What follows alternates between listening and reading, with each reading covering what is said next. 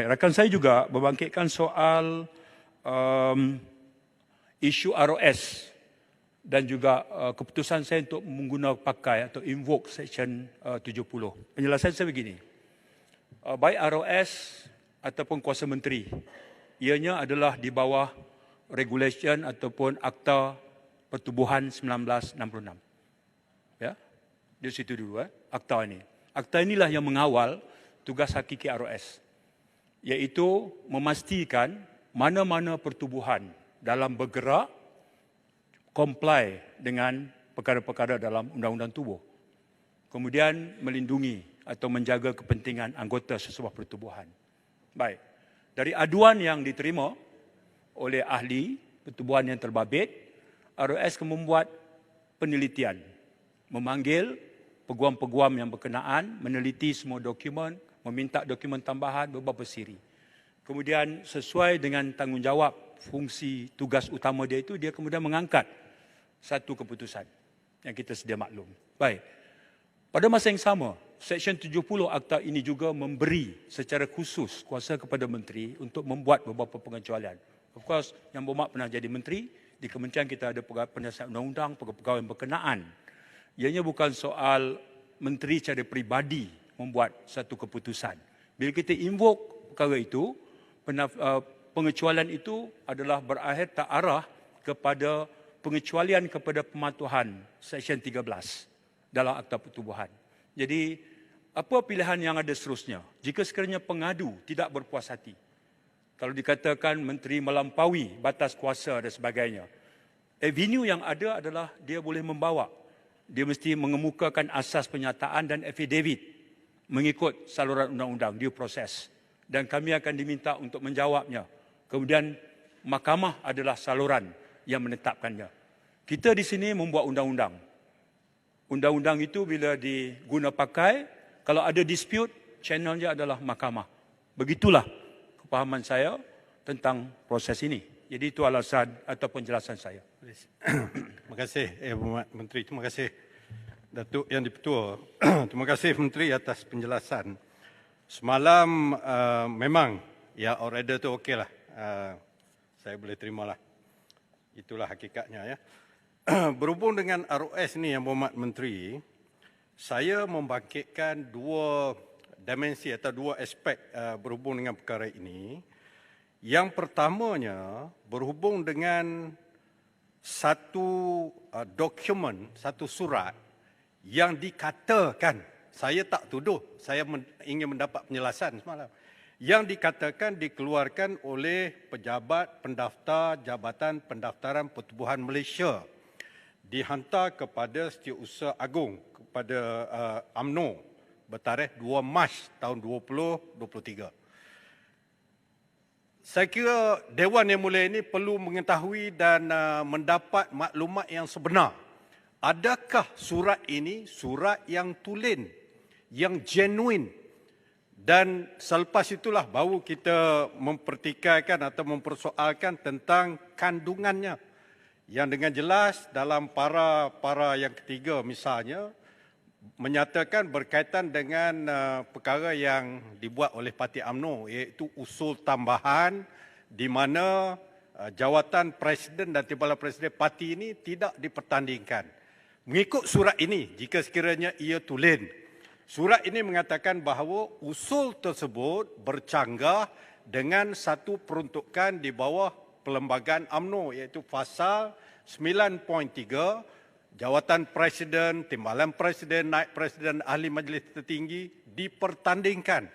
Oleh sebab itulah surat ini, saya tukut surat ini mengatakan bahawa usul tambahan itu tidak teratur, bertentangan, bercanggah dengan peruntukan Pasal 9.3 Perlembagaan UMNO. Baik, di akhir surat ini, walaupun Seksyen 13C4 mengatakan bahawa kuasa pendaftar boleh membatalkan atas pelanggaran, surat ini tidak menyatakan pertubuhan ini dibatalkan.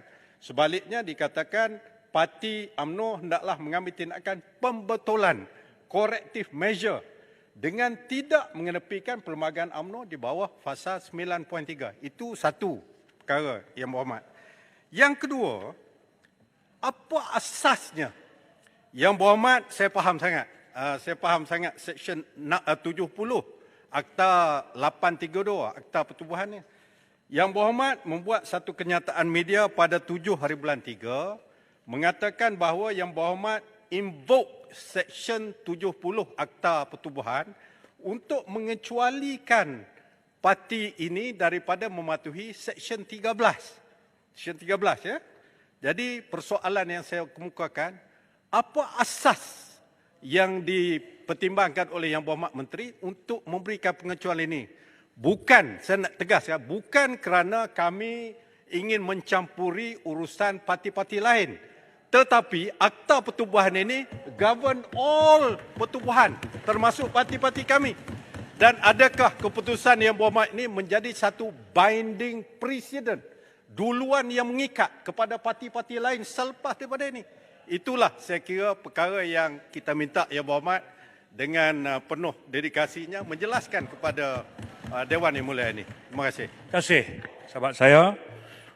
Yang tentu ada kelebihan sebagai seorang peguam ya. Daripada PAS, saya keadilan. Yang kita bercakap ni ke UMNO. Ya, jadi tiba-tiba tak semena-mena masa yang patut kita bahas tajuk lain. Sebab itu saya sebut dengan jelas flow-nya. Baik ROS atau saya di bawah Seksyen 70 Akta Pertubuhan. Of course ada pro and con. Bahasa undang-undang, sudut pandang, tafsirannya. Seorang lawyer tengok sudut ini, lawyer ni sudut tengok. Sebab itu lawyer boleh cari makan. Sebab sudut pandang berbeza. Sebab itu saya sebut avenue-nya. Kalau ada pertikaian, misalnya salurannya adalah Mahkamah Perundangan. Itu isu dia. Dan saya ketika mengguna pakai, sudah tentu sebagai menteri, maaf juga menteri, kita ada bahagian-bahagian yang berkenaan yang akan memberikan input dan pandangan. Jadi pada akhirnya kita membuat keputusan. Dan itulah keputusannya. Saya tak mau pergi detail. 9.3 Pelbagai UMNO harus dibaca bersekali 29.1 dan 32. Saya pun hafal. Saya pernah jadi Setiausaha Pemuda UMNO Malaysia. Hafal undang-undang itu semua. Bukanlah, saya tak mau pergi ke situ. Sebab sekarang bukan masanya. Isunya adalah ada aduan, ROS telah membuat satu keputusan. Dan Yang Berhormat pun sedia tahu. Urusan koresponden kerajaan ni ada klasifikasi sulit, rahsia besar. Jadi tak lagi kita nak buka benda-benda itu. Sebab, mesti ada alasan dan sebabnya. Jadi begini yang buat Nizam. Bagi saya selesaikan yang itu. Jadi saya duduk. Dia cara dia bila kita berucap yang tu kena duduk. Muhammad, sebentar. Baik. Menteri ya. Ya. Dengan izin, I have a dream. Beginilah yang sepatutnya kita berbahas. Okey, teruskan. Baik, terima kasih. Terima kasih. Jadi Yang Berhormat, apakah saya perlu memberi penjelasan tentang justifikasi? Okay. Saya sendiri meneliti pasal-pasal sebelum membuat keputusan sehingga saya betul-betul puas hati saya buat. Dan dengan kepahaman yang jelas, keputusan ini ada implikasinya yang boleh mengundang tindakan ataupun proses seterusnya di mahkamah. I'm fully aware of it. Okay, with all due respect, dengan izin. Jadi, saya ada 3 minit, kata baru. Kita boleh sambung kat luar. Jadi, biar saya ada 3 bundle lagi. Saya nak beralih. Apa pun, saya akan tetap melakukan kesama. Buat masa ni, itu betul. Saya tak bagi ruang lagi lah. Saya tak bagi ruang lagi. Okey? Baik. Immigration. Jawab soalan belum dijawab. Saya dah jelaskan kerangkanya begitu. Baik. Datuk Yang di-Pertua, soalan seterusnya adalah interest, Yang Berhormat. Soalan seterusnya adalah Yang Berhormat. Akan ada dua pilihan. Dia boleh bertulis. Sekarang ni masa pun dah tak cukup. Ya. Right. Terima kasih. Yang Berhormat boleh request hak saya untuk jawab atau tidak. Itu cara dia. Okey. Itu cara dia. Yang Berhormat tak boleh impose. Yang Berhormat tak boleh enforce. I'm listening. So it is up to me whether to respond or not. That's all. I'm asking you, are you? Saya dah bagi jawapan sangat jelas. Yang Berhormat, saya inbox 37.2 ya. Alright. Tolong duduk.